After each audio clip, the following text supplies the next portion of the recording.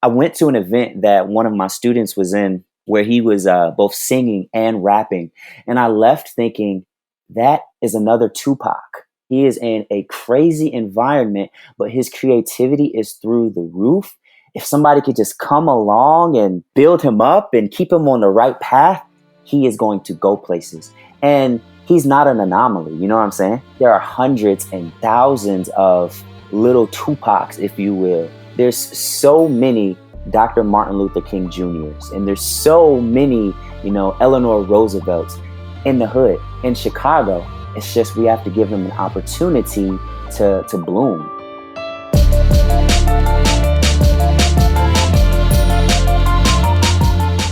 Welcome to the Let's Give a Damn podcast, friends. My name is Nick Lapara, your host, your friend, and your guide toward a meaningful, damn-giving life.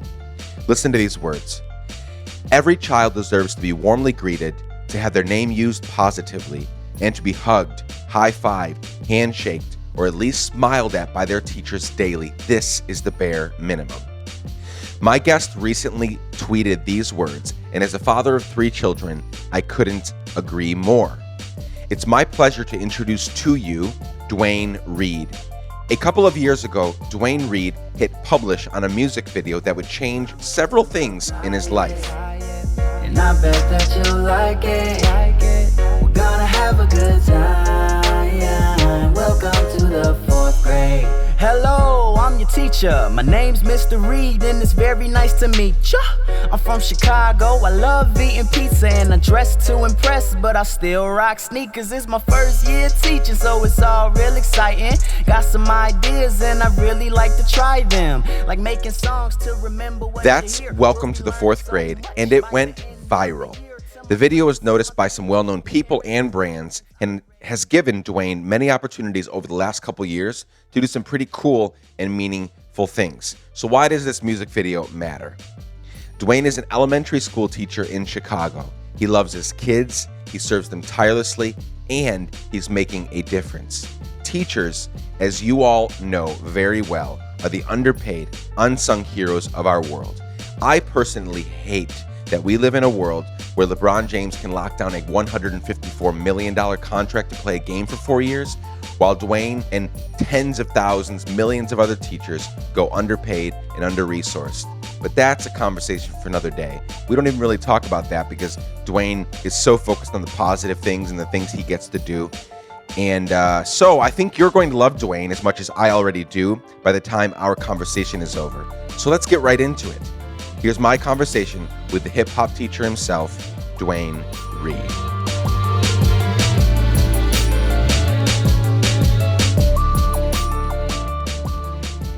Dwayne Reed, welcome to the Let's Give a Damn podcast. How are you, brother?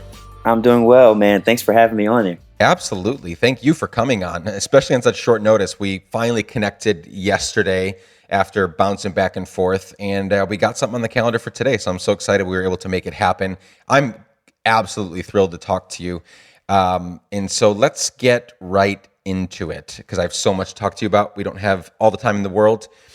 Let's begin with your story, Dwayne. I'm always excited to begin hearing more about who you are and why, the kinds of the people, the places, the things that formed you into who you are today, because that'll give us some really keen insight into the kinds of things you're doing today. We're going to talk about a big viral video and you as a teacher and all sorts of things in the next 30 minutes. But why don't you start by laying some groundwork for us? Anything you want to tell us? Yeah, definitely. So from Chicago, born and raised, single mother, who really means a lot to me. My mom, she had me when she was 17, 18, and she still found a way to both work a couple part-time jobs and continue in school. She was going to school here. Wow. Downtown in Chicago.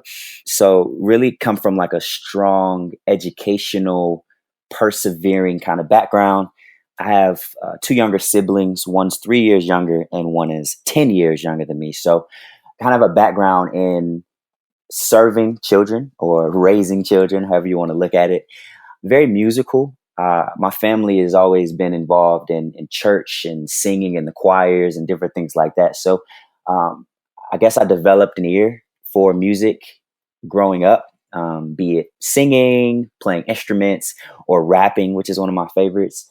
And I guess, I don't know, always was just kind of weird, ready to be out there and be different, be other, try new things, take risks. And I see that really playing a big role in my life now. So, yeah, Chicago through and through. And I went off to school in a number of different places and kind of came back home, like Kanye West says. There you go. Did you ever leave? Did you ever spend time, a significant amount of time away from Chicago, or has it been pretty much, like you said, through and through? I did. I went to school in Indiana at Purdue Okay. University for a little bit until I dropped out. That out of state tuition is a kicker, man. Yeah. So I was there for a little. I spent a summer in Florida working at Universal Studios in Orlando. That was a blast, man. And I spent about 2 years of school time down in Central Illinois, in Charleston, when I finished my college education at Eastern Illinois University. So I've pretty much been in Chicago for forever. Got it. Let's go back to you mentioned something earlier on that I want to ask more about. You said that education has always been big, even for your single mother to be working super hard, raising you, and also, pursuing an education. What was in the community you grew up in? Why was that so important? What was kind of the communication around education? Was it that, you're not going to make it unless you get a degree or graduate from high school or whatever the case may be? Like, what was the conversation happening in your particular community? Yeah, that's a good question. I know a lot of Black families, they'll say, oh, you have to get your degree or else you're not going to be anything, or it was never that. It was more of an understood, like, no, you're going to get your education, or whatever you're doing, you're going to be successful at it, but it'll be founded by some sort of education. So, like I said, my mom, she was able to secure her degree after having both me and my brother 3 years later. My grandparents were always sticklers for education. I remember my grandma sitting in the kitchen with me going over how to count coins and tell time. And mind you, this is someone who didn't have a college degree. She was just like, nope, I want my babies to be smart and I want them to use that intelligence that, God gave them. All of my uncles, they would always ask me questions that they thought were suited towards whatever grade that I was in. History questions, math questions. And it was kind of a game and it was fun. So I definitely grew up in an environment where education was really pushed. It wasn't like this ultimatum type, oh, you're going to do this or else you're out, or nothing like that. It was just, hey, you're smart, you're a Reed, so go ahead and get that education to back up what we already know. You said earlier that, you said you're raised by a single mom. How did growing up without a father shape you, for good or for bad? I'm sure it's been up and down and there's been struggles and things you've had to work through, but how has growing up without a father shaped you? So I've learned a lot about growing up without a father now as I reflect on it. So during my childhood, I wasn't necessarily running that idea through my head, like, oh, okay, I don't have a dad. But now that I look back on it, it's like, man, that was a really profound thing that took place. So some of the negatives, obviously, I don't know how to tie a tie, right? Like, I don't know how to change a tire. I don't know how to do the quote unquote men things, or, I never played catch with anyone outside of my uncles and things like that. But I never had a father to step in and show me what it looked like to be a man, show me what it looked like to love a woman and to protect and to provide and to take care. I never had someone to do that. And those were some of the negatives. But I guess a positive of that is because I had that void, I almost doubly want to fill that in my life now. So I see that with my students. It's like, okay, I didn't have a dad, and I see that you don't have a dad or something like that. So let me play the father figure in, appropriately, right? Like, I'm not, hey, how's it going? I'm coming into your house. No, but appropriately be that father figure. So one of the positives is that I had this void, but now I look to fill it with the children that are in my life, and hopefully when I get married one day. So yeah, Yeah. So let's take a little bit of a different direction here. You are a teacher, obviously. That's we're here to talk about that part of your life. That's a big part of your story. When did you decide in your journey to become a teacher? Because you said you dropped out of school and had to, then you went to school in Central Illinois and all of that. When did you decide I want to be a teacher, specifically an elementary teacher? And what were the motivations behind it? I mean, you just gave us a picture into some, or maybe that's all the motivation. This wanting to be a helping father figure to many of these children who probably don't have fathers or mothers, or so yeah. Kind of what was that journey like for you? Yeah. So I dropped out of school where I was attending for a business management degree. And once I kind of got back into school, or was thinking about getting back into school because I knew I wanted to secure a degree, I went and took one of those little aptitude tests that you can find online, just a basic free one.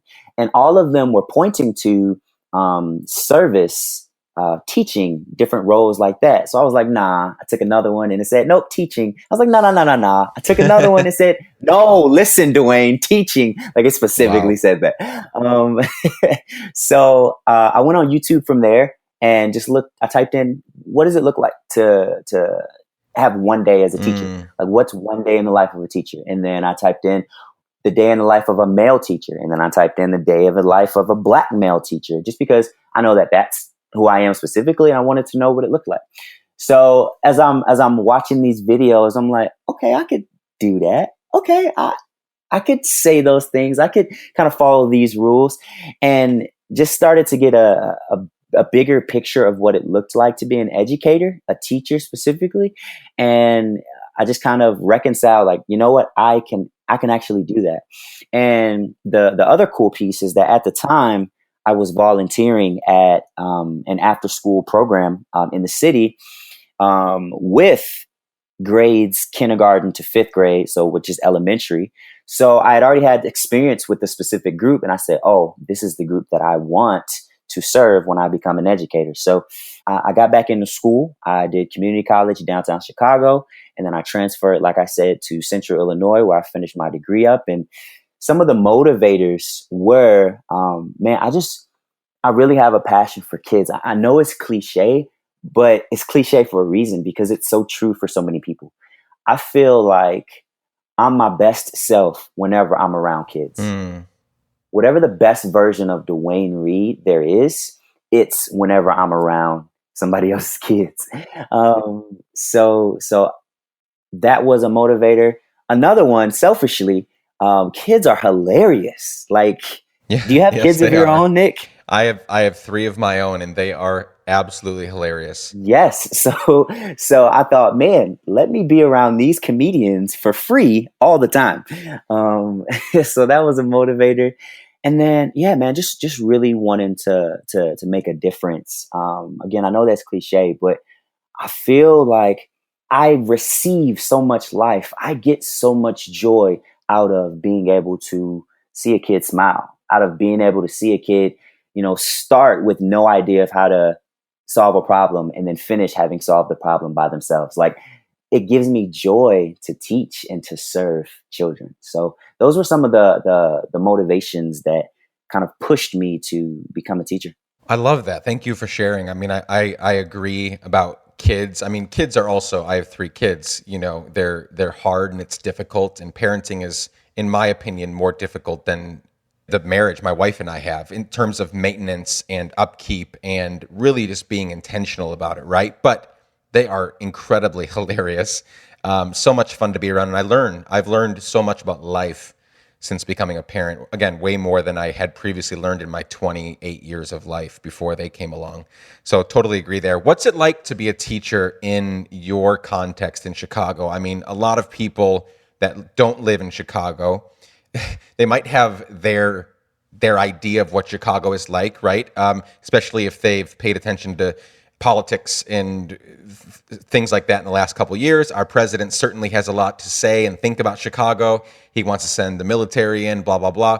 And so we hear a lot in the news about Chicago. So you tell us, you're in there. I love Chicago. I go there fairly often. I love, love, love it. So much about it. So tell us, what's it like to teach and live and exist inside of Chicago as a male Black teacher? Fortunately, I live in the same neighborhood where I teach. Awesome. So yeah, so I get to see my students all the time. I actually saw them today. Wow. I went to the local summer day camp that I knew a number of them were at, and I went in, high fives, hugs, big smiles, everything. So that's very important because I know a lot of people in a lot of careers, they don't live where they work. So as a teacher, as an educator living in the neighborhood where my school is at, I get to see literally the ins and outs of my students' lives because that's my life as well. Like the same, block that an issue took place on, like I hear about it because I'm right there. So living in Chicago, it's not as crazy as the media would portray it as. There are issues, just like there's issues wherever you go. Whatever city that you're in, wherever place you've got humans, Exactly. you're gonna have issues. So Chicago is no different. I think a lot of the things that you see on the news they're obviously sensationalized. Chicago, like I live in the hood. The hood is so beautiful. Yeah. There's so much beauty here, man. Not only in just aesthetically, but just in the lives and the hearts and in the passion of the people that live here. Like these people are, I would call them the working poor in my neighborhood. Mm. The working poor, they work hard. They're not just taking handouts. They're not just taken from the government. Like these are people who wake up 6, 7 in the morning, get their kids ready, get them off to where they need to go, somewhere safe, some care, and then they go to work for 8, 9, 10 hours, come home, feed their kids, take care of their business, wake up and do it all over again. So there's so much beauty here. There's so much passion, charisma, creativity. I went to an event that one of my students was in where he was both singing and rapping. And I left thinking, that is another Tupac. Like he is a Tupac. He is in a crazy environment, but his creativity is through the roof. If somebody could just come along and build him up and keep him on the right path, he is going to go places. And he's not an anomaly. You know what I'm saying? Right. There are hundreds and thousands of little Tupacs, if you will, and not just in the music arena, but just in arts, in music, in sports, and there's so many Dr. Martin Luther King Jr.'s, and there's so many, Eleanor Roosevelt's in the hood in Chicago. It's just we have to give them an opportunity to bloom, So yeah, Chicago is beautiful, man. Like it's just beautiful through and through. So 2 years ago, you hit publish on a video on YouTube called Welcome to the Fourth Grade. And this video went, as they say, viral. Has 1.5 million views right now on YouTube. And it got you all this publicity, and people started to, they started to see what you're doing and the work you're involved in. What was that journey like? So from the moment what did you hope would happen when you hit publish, right? I'm sure you didn't. I guess everybody in the back of their mind, when they put their heart and soul into a piece of art, they hope it gets recognized. But I don't know what your expectations were for that. Maybe it was more than 1.5 million views. But take me through that journey, because that obviously, again, put some eyes on the work that you're doing, eyes on the projects you're doing. And I'd love to, after we talk about what I just asked you about, we can talk about how has that changed you, affected you, for the better or for worse. I don't know, what kind of things have changed maybe because of that. And so take us through that journey. 2 years ago, you hit publish. What happens? How are you feeling? Yeah. So let me take you 5 minutes before I hit published 2 years ago. I was student teaching, actually, which is your practice that you do before you become a licensed teacher.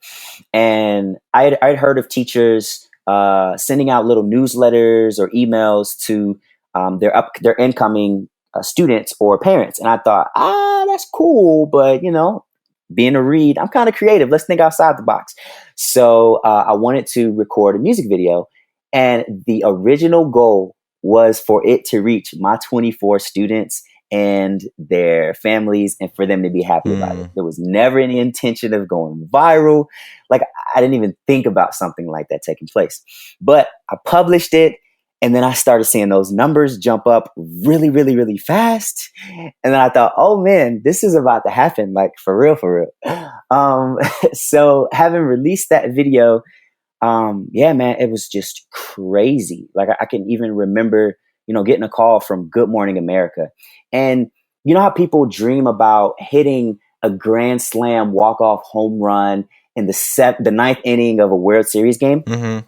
And they have all of these dreams ready and these plans Right. ready. I didn't have any plans ready for this music video. It just took me by complete storm. And yeah, man, it was a blast. I'm super thankful for it. It was a whirlwind. I've never had so many messages and phone calls and emails at one time. And I think the best part about it, though, was how excited my kids were, my students were. Like, they came to school like, oh my gosh, you're a celebrity. And that really set the tone and the pace for the rest of the school year. So the thing that I set out to do at the beginning of the school year with that video, I think I accomplished it and some, man. The kids were happy, and that's what makes me happy. Do you know how? Because sometimes you don't know how these things go viral, how they grow.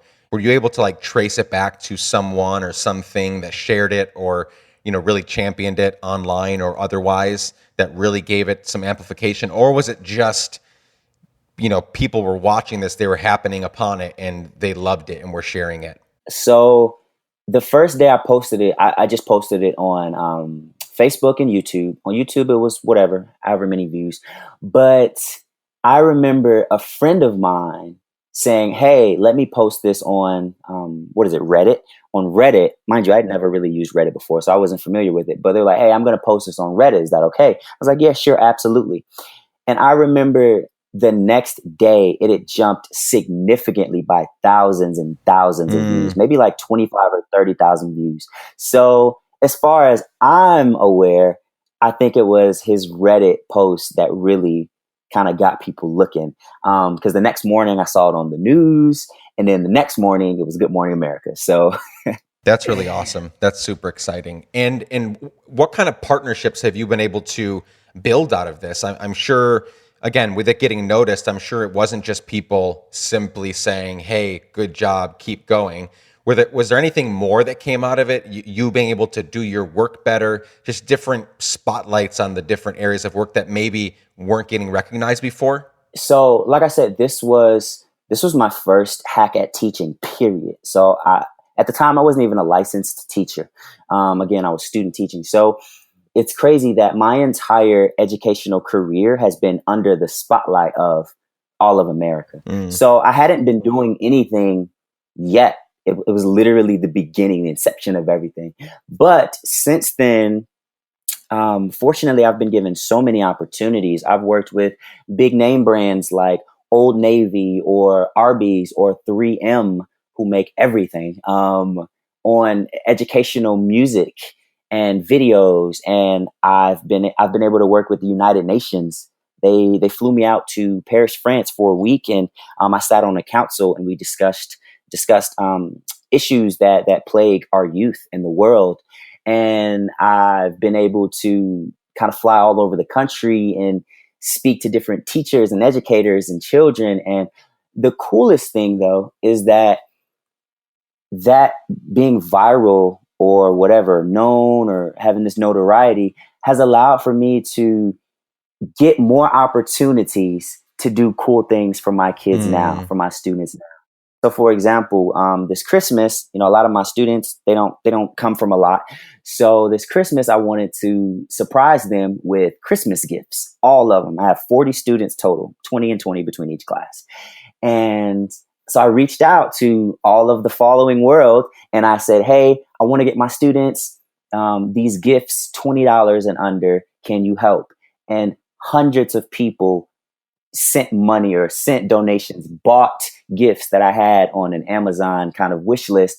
And I would have never been able to do that outside of quote unquote going viral. So what going viral has done for me is give me more opportunities to go and serve my kids in the community. So that's been the biggest the biggest thing.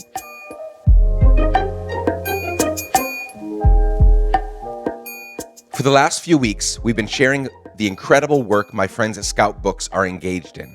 I'm thrilled to share more about their incredible work this week. Today, you'll get to hear a bit from Meg Peterson as she shares a project they worked on that involves immigrants. I'll let her tell you more about this. Meg, take it away. Hi, I'm Meg, an account outreach manager at Scout Books. I help our awesome clients bring their ideas to life with custom books, and wanted to shine a light on a book we printed recently called Us, a collection of immigration stories from our B Corp family, their journeys, experiences, and reflections on home. The project was kicked off by the Portland B Corp community to share their employees' immigration stories. Like most excellent ideas, everything came together with the hard work of a number of collaborators. The project wouldn't be possible without the amazing volunteers that stepped forward to share their stories in the hopes that they could start a deeper dialogue by highlighting our commonalities while honoring our unique experiences. We looped in Visible, a nonprofit org that offers creative services free of charge to marginalized communities. The Scout Books Equity Alliance also stepped in to sponsor the first print run. Now that this book is in the world, we're excited to see it used as a tool to learn from and embrace a diverse community. And that's definitely something that we should all give a damn about right now. As you can see, there are many reasons to love Scout Books and support their work by buying your next round of notebooks for your event, as gifts, or products you can sell for your own brand. You can get 15% off your order at scoutbooks.com by using the code, in all caps, Give a Damn. That's Give a Damn in all caps at checkout. More next week, but for now, back to the show. Let's continue my conversation with Dwayne Reed. Dwayne, you recently tweeted, every child deserves to be warmly greeted, to have their name used positively, and to be hugged, high-fived, handshaked, or at least smiled at by their teacher every single day. This is the bare minimum. Tell me about that. What drives you to think that way? And are you seeing that not happening? Because when you say that, like, I obviously know, like, I kind of expect that from a teacher, right? But I know that there are so many that aren't doing that for a variety of reasons. I'm not saying they're all bad. It's being a teacher is a hard thing. But you tweeted that. It's amazing. Yeah, talk me through your thought process there, your heart process there. And how is that sort of an attitude toward the children changing the children? That's complex. I think first things first, relationships are everything. Period, point blank. Full stop. Yeah, absolutely everything. Like, if you don't have that piece, in my opinion, you don't have anything. I think the social and emotional needs of a student are what's most important. At the very end of the day, we're human, It's not teacher, student. It's not mom, son, it's human being. And as human beings, we need that love. There's this hierarchy of needs from a guy named Maslow. And it starts off by saying, like, you need to be loved as a human being before I need to reach your heart before I can reach your head, essentially. So I think that really playing up those relational pieces, the handshake, the high five, like greeting them by their name, a hug, if that's appropriate. I think that really goes a long way, because it says to you, I see you, I value you, you mean something to me, I'm happy that you're here.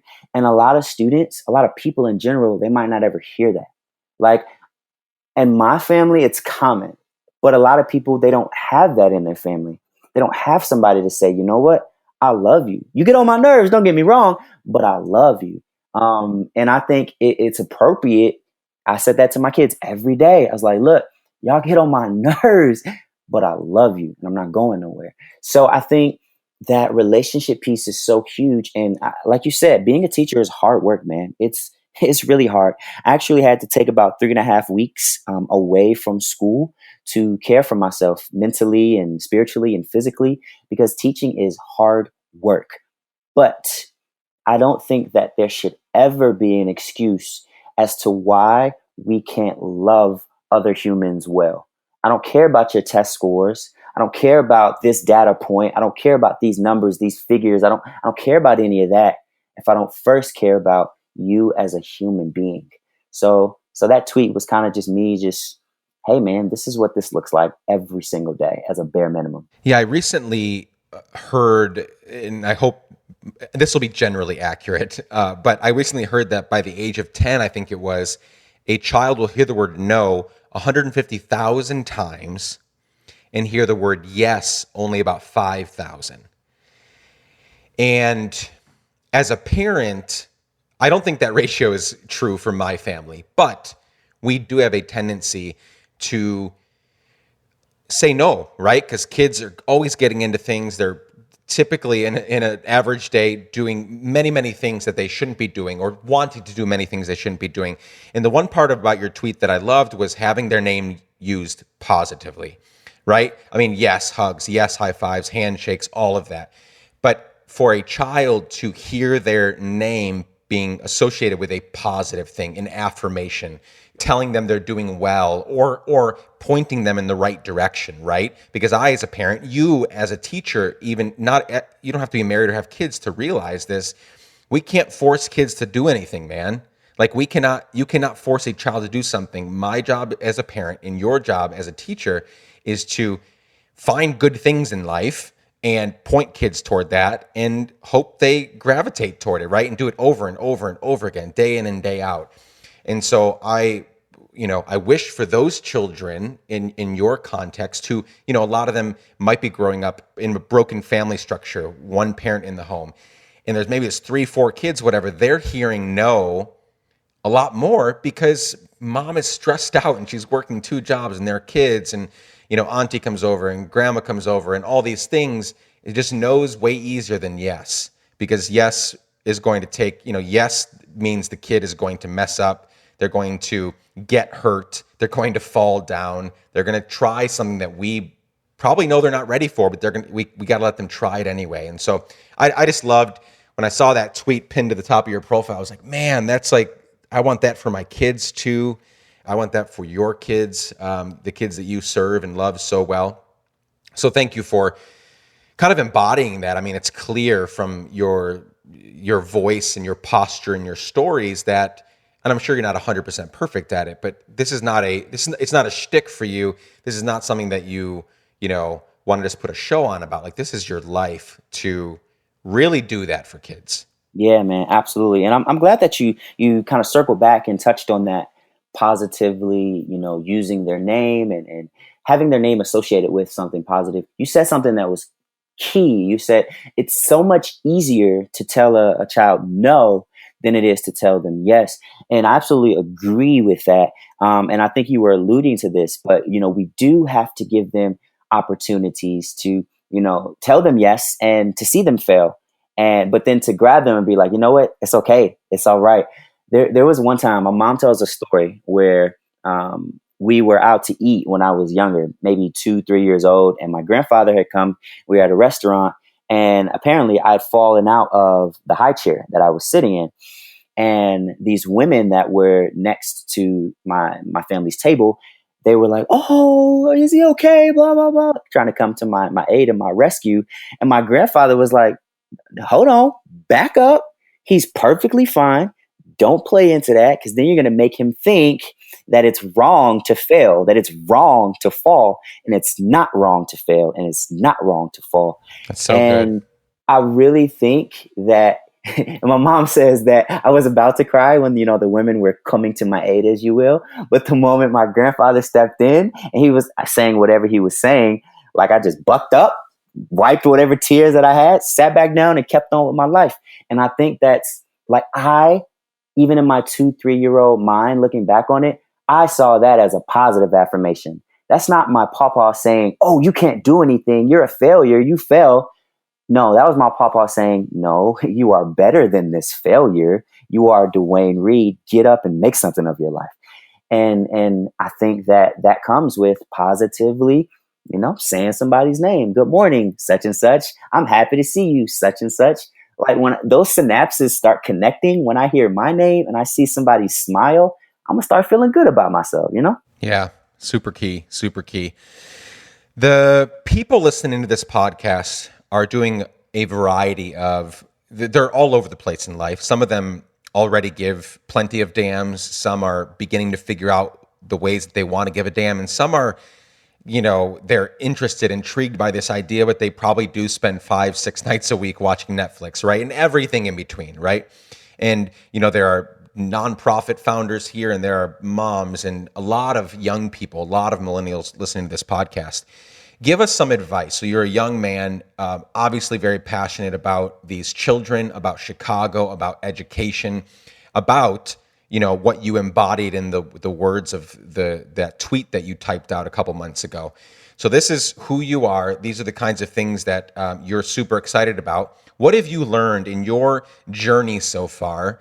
What have you learned about giving a damn, and what are ways that just general pieces of advice, pieces of wisdom that might not be super, precise toward any one thing, but just general pieces of advice that you follow yourself that you'd love to pass along to the friends listening to this podcast in order to enable them, to encourage them to give more damns in life? I would say stay true to yourself, and I have an example of that right now. So I would say give a D, but my kids are listening and they know that I don't curse. 100%. So stay true to yourself. I love it. I think another one, which is huge for me, huge, always ask. Just ask. The worst that somebody can tell you is no. And even still, you will be in no worse of a situation than you were when you started. Like, I can't tell you, I'm about to shoot a music video at a zoo because I asked. Because I, you know what I'm saying? Because I asked, not because I'm just this great person or XYZ, but because I asked.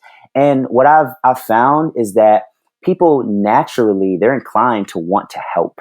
If they have the ability, if they have the resources, like their natural desire is to want to help. So ask. I'm not saying take advantage of people or abuse any help, but no, just ask. And then if they can, they'll help. So that's a really big piece for me. Stay true to yourself. Always ask. Take risks, man. I put take risks and have fun together. Like for me, it's fun to take risks. It's fun to kind of fly by the seat of my pants, which is why I have to have a lot of planners around me, because I don't really do the meticulous day to day too well, but I do the big picture. Take risks. Have fun. As a millennial, what did Drake say? You only live once. Like, you have one life. Go crazy. What's going to happen? Like, you fail. And then just like my papa said, you get right back up and make something. All right. So man, I think really stay true to yourself. Like, I really look up to Chance the Rapper. Like, I really look up to him. Man, I follow him. I tweet his grandma every now and again. Like, I really love what he embodies. But I can't be Chancellor Bennett. I can't. I have to be Dwayne Reed. And for everyone else out there listening, I know a lot of teachers say, oh, you're so this, you're so that. I wish that I was. And my encouragement is always, no, don't wish that you were me. Be you, and be you to the fullest.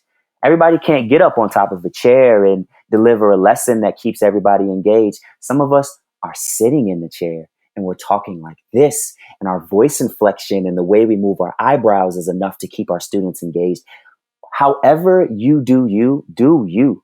So that's a really big piece, man. I have a lot of fun being Dwayne Reed, and I would encourage everybody else to have a lot of fun being whomever it is that they are. So, yeah, man, be you, stay consistent, be true to who you are, always ask, take risks, have fun. And I guess my final piece of advice would be, do it for love, man. Whatever you do, do it for love. At the end of the day, nobody's going to remember welcome to the fourth grade 10, 15, 20 years from now. Nobody's going to remember that I went viral. That money ebbs and flows. But what doesn't is that my students are going to remember that there was at least one person in this world that gave a D, right? That cared about them, that loved them. So, man, at the very end of the day, I would say, make sure that whatever you're doing is motivated by love, because that's all you're going to have at the very end. I love every bit of advice you shared. Some of it was you touched on a few of the things that are the key reasons. As I do consulting and coaching and workshops and podcasts and stuff, you touched on some of the very core reasons, I think, why people don't they don't care, they don't love, they don't serve, They don't give a damn. It's all these, because it's so easy. Several of the things you mentioned are so easy to, we see these obstacles in life, right? And if we meet one or two obstacles, we just like peace out, right? Because it's too hard, or it's too inconvenient, or my sofa sounds a lot better than doing that right now. And I think one of the things that you said that I'm terrible at, not terrible at, I shouldn't say that, but I'm getting better at it, is the having fun part. I take what I do, and I'm not saying you don't, so don't hear that, but I take what I do so seriously, and I'm a little bit, I'm kind of, I think in a good way, I'm very stoic. I can focus way too much on the negative things that are happening, and that stuff just bogs me down. And so I'm always excited to hear people reinforce, you got to have fun doing it, or my life, I'm speaking to me now, I'm preaching to me, my life will be much shorter than it could be if I just learned how to have fun in the process. Because there are so many good things happening, right? There are so many bad things.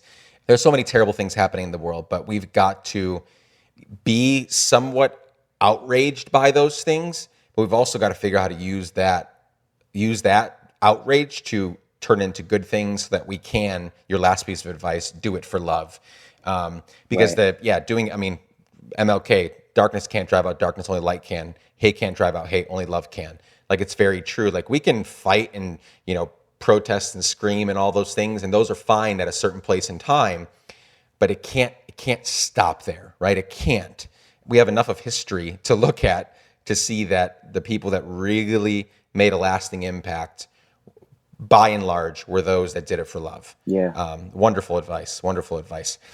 Dwayne, someday you are going to die. Hopefully it's many, many, many years from now, but that's, mortality rate 100% still, and it probably always will be. But one day you're going to die, and I, for some odd reason, have been asked to give your eulogy. So your students, your fellow teachers, your family, your friends, everybody that you've influenced and affected throughout your life are there. And they're waiting on me to give your eulogy, to celebrate and mourn your life through words. What do you hope that I would say about your life and legacy on that day? I hope that you would make a joke about the picture that was on my obituary, because my students actually, right before the end of the school year, they said, "Hey, let's take a picture, Mr. Reed, and you can use it for your obituary." That's amazing. So I hope you would make a joke at them. But what I want you to say, Nick, I probably want you to keep it short. Man, I hate ceremonies. Like, they're so time consuming. Just get to the point. Yes, they love each other. Yes, that's kiss. Right. Okay, We're bye. Done. Yes, they graduated. Take the diploma, leave. So I hope whatever you said, you would keep it really short. I hope that you would sing a song for me, even if you can't sing worth a lick. Like, just sing a quick little ditty to get people's spirits up and going. I think that's what I would do to lighten the mood. I would hope that you would encourage people to smile, that like life goes on. Like, okay, so Mr. Reed died. What? So what? Like, keep moving on. Like, keep doing what you're supposed to do in life. Maybe end with a corny joke. That would be perfect. End with a corny teacher joke or corny dad joke, and I would be smiling down on you from heaven. I love it. So we are going to use that terrible picture, that terrible photo, and we're going to end with a corny joke. I'm in. I'm all in. If they ever ask me, I'll make sure. Well, even if they don't ask me to do it, I'll make sure to point them to this piece of audio so they can get the very short 7-minute ceremony ready. Perfect. Before we leave, this has been super fun. Before we leave, what do you want people to go check out? Websites, social media handles, projects you're doing. What do you want them to go check out so that they can just keep tabs on what you're doing? Thanks for asking, man. On Twitter, I'm at Teach Mr. Reed, REED. Instagram, Teach Mr. Reed. On YouTube, I have a YouTube account because my mom says, "Hey, you should have a YouTube account." So Mr. Reed, just on YouTube, you can check out some of the videos. I just released a new one about being ready and anxious for the summer. What's cool is that I like to use my students as much as possible. So you'll see all of my students in my videos. coming up, like I said, I'm shooting a music video at a Chicago zoo. Hopefully, I'll be doing some work with Chance the Rapper and his local nonprofit, Social Works. I've got some things in the works with some larger companies, with some Scholastic, just a lot of things. I kind of got my hands everywhere. Yeah. So really fortunate, really thankful. So just remember to look up Mr. Reed, and you should find yourself with something. Awesome. So teach Mr. Reed, Twitter, Instagram, and on Facebook, right? Probably similar. They can just look for you. On Facebook. Cool. Dwayne, this has been super fantastic. I've had a ton of fun. You are amazing. I'm honored to know you and get to talk with you, and I'm really excited to see how you continue to develop and grow, and how you continue to love these kids and develop as a leader. It'll be exciting to see what happens, brother. Man, thank you so much again for having me on, Nick, and asking really good questions. That's a lost art, so I appreciate that. And yeah, man, it's been a blast. Awesome. We'll do it again soon. Likewise. Thanks, man.